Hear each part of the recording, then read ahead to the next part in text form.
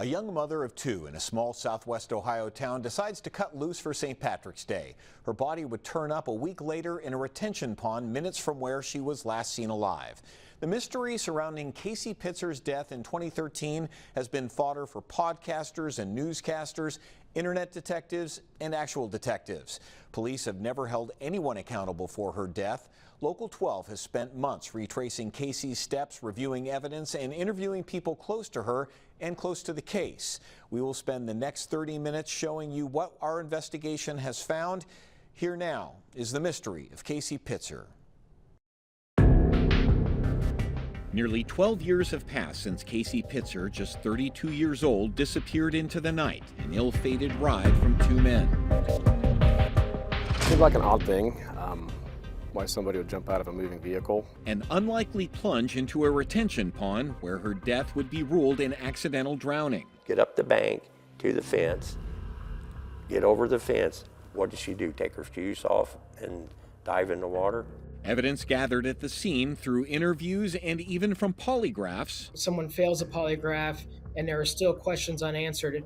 I would expect a law enforcement officer or an investigator to do further investigating. Would lead many people to believe this was no accident, but much of the evidence in the case is now gone.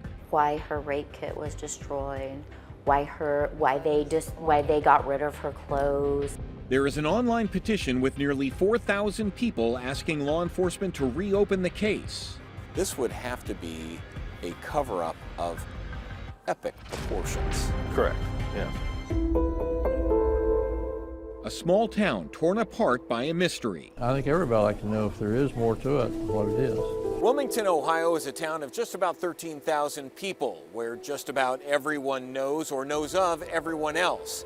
That's why what happened here back in 2013 to a young mother has been subject of speculation and accusations ever since. Tell me about your sister. She was happy. Jen Warnock and Kelly Pitzer Taylor were two of Casey's sisters growing up in Wilmington in a home that they say was not always stable, but Casey stepped up. She was the oldest. Yeah, she was the oldest. She was the mama bear of us all. Did she treat you like that? Absolutely. How's that? She was always looking out for us. Casey grew up and had two boys of her own. By all accounts, a devoted mom who doted over her children. Very loving, very good kid. My firstborn girl. We visited Casey's grave with her father, Greg Pitzer. It's just hard to come here. She should be alive today, and the people that done this to her are walking. Casey's father is convinced his daughter's death was no accident. He has amassed hundreds of pages of evidence that he says proves in the early morning hours of St. Patrick's Day 2013, someone killed his daughter. They called me and said that she was missing Sunday morning. My daughters did. She said, "Dad, Casey's missing. We don't know where she's at. They think she's in this pond out here." That retention pond was less than 2 miles from where Casey was last seen alive. Its cold, dark waters would be the focus of investigators for the next 7 painstaking days that would end in the beginning of a mystery, a controversy, a tragedy that would haunt this small Clinton County town for the next 12 years. What do you say to her when you come here and you I talk? just tell her to stay with me, help me, and we will get this. I will get her vindication for her. The death of 32-year-old Casey Pitzer hangs over the city of Wilmington, Ohio, like a dark cloud. A solemn reminder of a young life cut short by what some believe was a tragic accident and others believe was murder. A young mother of two, Casey Pitzer, is heading out for a little St. Patrick's Day partying. Her first stop would be here at the Buffalo Wild Wings on the eastern outskirts of Wilmington. We just went there for dinner. Happened to see Casey there with her friends. It was an evening that would change Eric Haig's life forever. He had been Casey's boyfriend for 9 months prior to that night. He says he and Casey had broken up the day before he saw her at the Buffalo Wild Wings. Was everyone cool with the breakup, or? It was just a conversation, just for everybody to have closure. So no, it wasn't, Wasn't an argument, wasn't any animosity. And like their breakup, Haig says their encounter the next evening was uneventful. I left, didn't really think anything about it. She had texted me, asking me if I left. I said, yep. So it sounds like you've got plenty of friends there with you. Be safe. If you need anything, let me know. Those words would come to haunt Haig. He went home, and Casey headed a half-mile up the road with friends to Royal Z Lanes, where there was a bar called Uncle Louie's. I was working the door at the bar. I know she came in with a group of people. She was already pretty intoxicated at that point. Chad Terrell was not only a bouncer at Uncle Louie's, he says he was a longtime friend of Casey's. I don't know if it was all just from what she drank there, was just affecting her now or what, but she wasn't Casey that I knew that night. Surveillance video shows the normally subdued mother of two boys partying past midnight with her friends, including Tammy McKay. She had driven with Casey to the bar. In a police statement, McKay wrote, "When her daughter Kendra had come to take her and Casey home, Casey became argumentative and didn't want to go home yet." Terrell says the two actually got in a scuffle in the parking lot. The last time I saw Casey, she was walking towards the bypass. McKay told police Kendra said, "I'll take you home and Michael, Kendra's boyfriend, will look and get Casey." The boyfriend, Michael Hartley, met his friend Brandon Reed at the gas station in the Walmart parking lot. The two would drive only about a minute up US 22 when they say they saw Casey. In his police statement, Hartley wrote, "I picked Casey up under the bypass on 22 and 3 and told her that I was going to take her home. She asked who I was." Casey got to the truck with Hartley and Reed. In the meantime, Casey's ex, Eric Haig, says he had been communicating with Casey via text. When she stopped responding, that's when I got concerned. Why is that? You know, just a gut feeling. I just had a feeling in my gut that something was wrong. Back in the car, instead of heading east towards Casey's home in Sabina, Hartley and Reed told police they drove south on State Route 73 towards Hartley's house in New Vienna to pick up his truck to take Casey home. It didn't make sense to go home, get another car, and then go take her and drop her off. Sabina's not that, probably about the same distance from where they had lived. Former Wilmington Police Detective Scott Baker says something didn't add up, especially when Hartley wrote, "We got up to 50 to 55 miles per hour and then she opened the door and told us she was getting out." Reed wrote, "I hit the brakes to slow down and stop. She got out fast and took off running." The men indicated Casey was running toward a retention pond where her body would be found a week later. Something, in my opinion, like happened in that car for her to get out of that car. And there's only 3 people, that were in that car, and one of them can't talk. Police searched the murky waters of a 6-acre retention pond for a missing woman from Wilmington, Ohio. Her disappearance would captivate Southwest Ohio for a week. The discovery of her body would torture a community for the next 12 years. I said, "Well, what do you mean my sister's missing?" News spreads fast in a small town like Wilmington, Ohio. Phone calls woke Kelly Pitzer Taylor and Jen Warnock at about 1 a.m., March 17, 2013. Their 32-year-old sister, Casey, had been out for St. Patrick's Day when she disappeared into the night. The search was focusing on a retention pond that was near State Route 73, just east of Wilmington. Police reports show that after a night of partying, she had accepted a ride home from 2 men who told police that she jumped out of their truck here and then crossed this highway towards the retention pond. Casey's sisters say they don't buy it.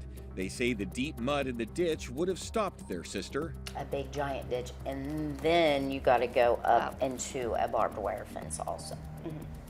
What are your thoughts on that? If she was so drunk like everybody said, then how I could couldn't she get over a make it? fence sober and not have an injury. Those were among many questions swirling around Wilmington the week of the search. The road goes here, her boots were found here, her body was found all clear over on the other side. What did she do, take her shoes off and dive in the water? Casey's father, Greg Pitzer, also says he does not believe the story Brandon Reed and Michael Hartley told police, that they picked up Casey that night as she walked home from Uncle Louie's, only to have her run from the car minutes later. And police were also skeptical. Former Wilmington Police Detective Scott Baker. The statements didn't make a lot of sense. So while search crews dragged the pond for Casey's body, police continued to question witnesses, including Hartley and Reed. The men agreed to polygraph tests. During the tests, when they denied withholding information about Casey Pitzer's disappearance, Hartley's test came back with the examiner rendering no opinion, but Reed's test came back showing deception. 4 days later, after partially draining the pond, Casey's body would surface. It was, very painful. Eric Haig and Casey had ended their 9-month relationship the night before she went missing. As he and the rest of the city mourned her death, the police continued their investigation. While they waited for the results of the autopsy, police obtained court orders for cell phone records for Casey and all the witnesses. They pored over the surveillance videos from bars and parking lots. They continued interviewing witnesses. But when the autopsy results came back a month later, they showed Casey had no signs of rape, strangulation, or assault. The reports showed she had been intoxicated and she drowned. Chief Detective Josh Riley wrote in a report, "Based on the investigation into the incident and final autopsy report, it is determined the cause of death for Casey Pitzer is an accidental drowning with alcohol intoxication contributing to the death. The case was closed." But small towns have a way of attracting big scandals. The Ohio Attorney General is looking into claims of sexual misconduct and excessive force. The chief detective in Casey's investigation, Josh Riley, was one of 3 Wilmington officers who in 2019 found themselves in hot water. Riley ended up pleading guilty to dereliction of duty, which made Casey's father wonder whether his daughter's case may have been mishandled. He took his concerns to City Hall. My family and I have been waiting for 10 years for answers regarding my daughter's murder investigation. Casey's dad would show up every week, no longer satisfied with case closed. He went on the offensive and sued the city of Wilmington to release his daughter's case files.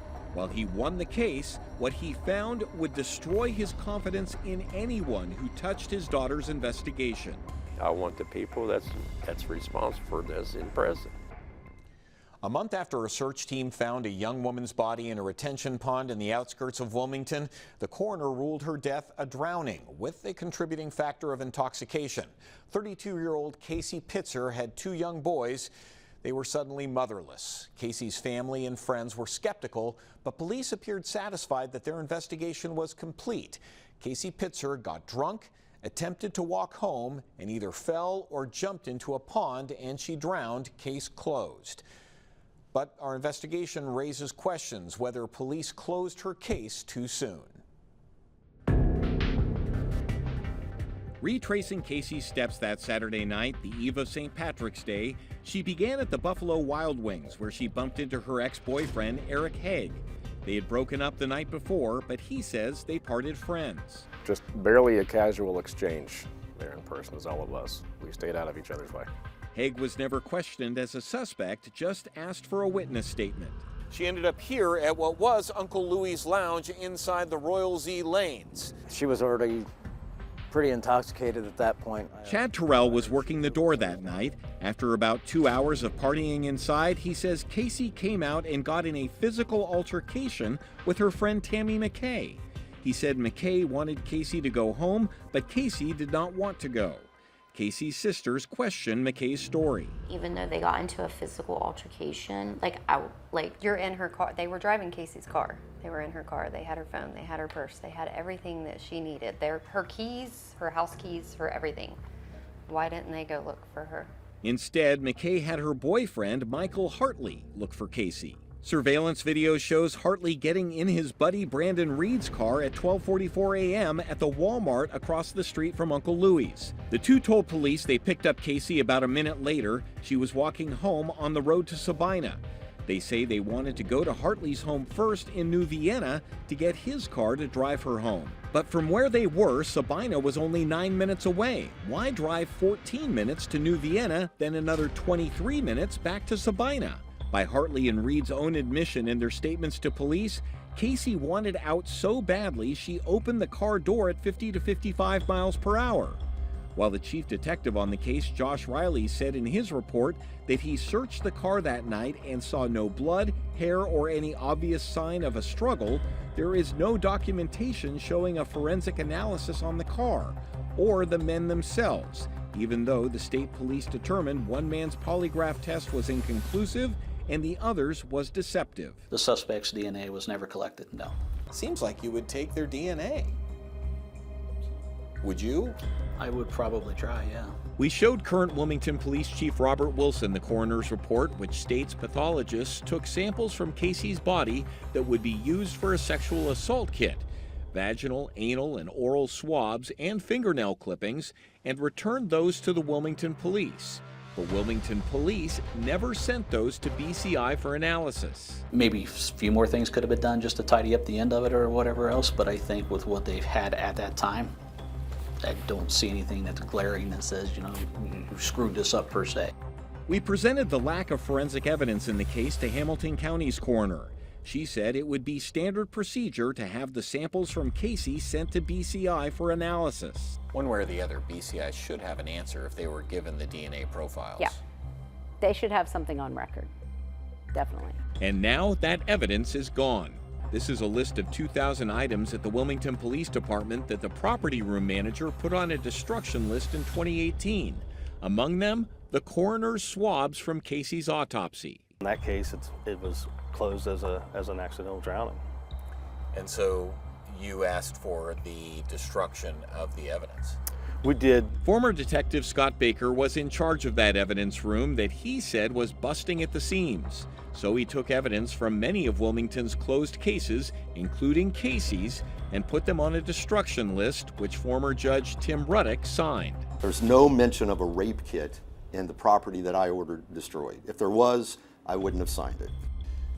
Coroner swabs, wouldn't that raise a red flag for you? No. Unlabeled evidence, untested forensic swabs, uncollected DNA, uninterrogated witnesses. Casey's father and the 4,000 people who signed the online petition to reopen Casey's case see an unfinished investigation. I want to know who killed my daughter. It's been nearly 12 years since Casey Pitzer disappeared in the early morning hours of St. Patrick's Day 2013. And while her body turned up about a week later and the coroner ruled her death a drowning, the investigation has only turned up evidence that has led to more questions than answers. Casey was in a physical altercation with her friend Tammy McKay the night she disappeared. McKay's boyfriend, Michael Hartley, and his friend Brendan Reed say they found Casey, but instead of taking her directly home, a 9-minute drive, they began driving 14 minutes in another direction to Hartley's house. Why? Nothing was adding up. Casey's sisters say the lead detective in the case told them Hartley and Reed took polygraph tests. Josh Riley told us that they came back and passed with flying colors. The lie detector? Yes, that both boys passed the lie detector test with flying colors. They did not. Hartley's results came back inconclusive. Reed's test came back as deceptive. Why would the detective tell the sisters otherwise? Riley wrote in a report that he searched the car driven by the men and he did not find any evidence of a struggle. But there were never forensics done on the car or the men. No DNA samples taken. Why? After Casey's body was pulled from a nearby retention pond a week later, autopsy photos show she was still gripping a clump of grass in one hand. She was raped, choked to death, thrown in the pond. Casey's father says he believes his daughter was gripping the grass because she was being dragged to the pond against her will. He also points to an autopsy photo showing discoloration on Casey's neck as evidence she was either choked or held by her neck underwater.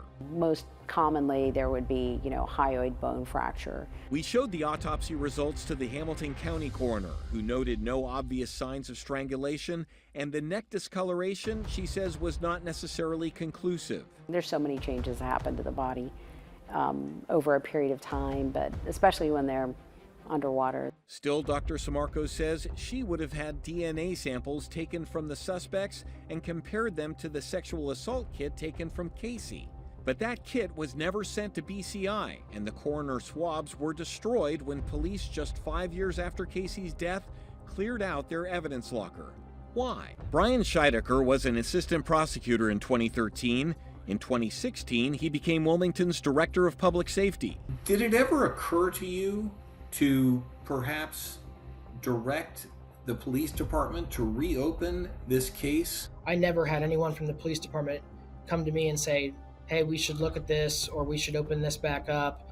And no, it did not.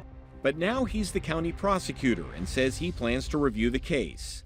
But Wilmington's current chief of police is skeptical. Based off of everything that I've seen in here, there's no indication that she was murdered. Still, Chief Wilson told me our investigation has motivated him to refer the case to the FBI. The Ohio Bureau of Criminal Investigations in 2022 turned down the case, but in its review, it showed the case had no known suspects, ignoring Hartley and Reed. With a lot of the evidence destroyed, with the amount of time that has passed, with memories fading the way they do, will we ever know what happened to Casey Pitzer? The chief answered by saying Casey's dad asked him the same thing. Do you believe in God? And his answer was yes, and I told him that may be the only time that you get the answers that you want. The case has taken its toll on this town and on the people who knew and loved Casey.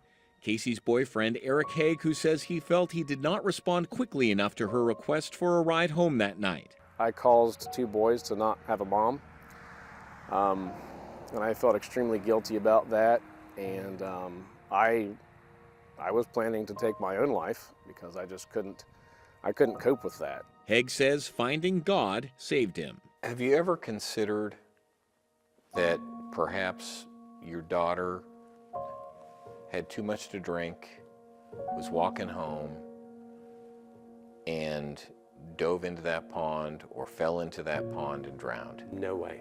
Greg Pitzer says he tries to visit Casey's grave once a week so he can reassure her that he has not given up. Just hang in there. Stay with me. We'll beat this, and we will get him. Former Chief Detective Josh Riley, the woman who was with Casey that night, and Hartley and Reed, the 2 men who say they gave Casey a ride, did not reply to our requests for interviews. No one, including Hartley and Reed, have ever faced any charges in connection with Casey's death. Due to our reporting, the Wilmington police chief confirmed that he did speak to the FBI after our interview, and prosecutor Scheidecker sent a letter to the chief requesting the case files for review. But for now, the mystery of Casey Pitzer remains a mystery. I'm David Winter.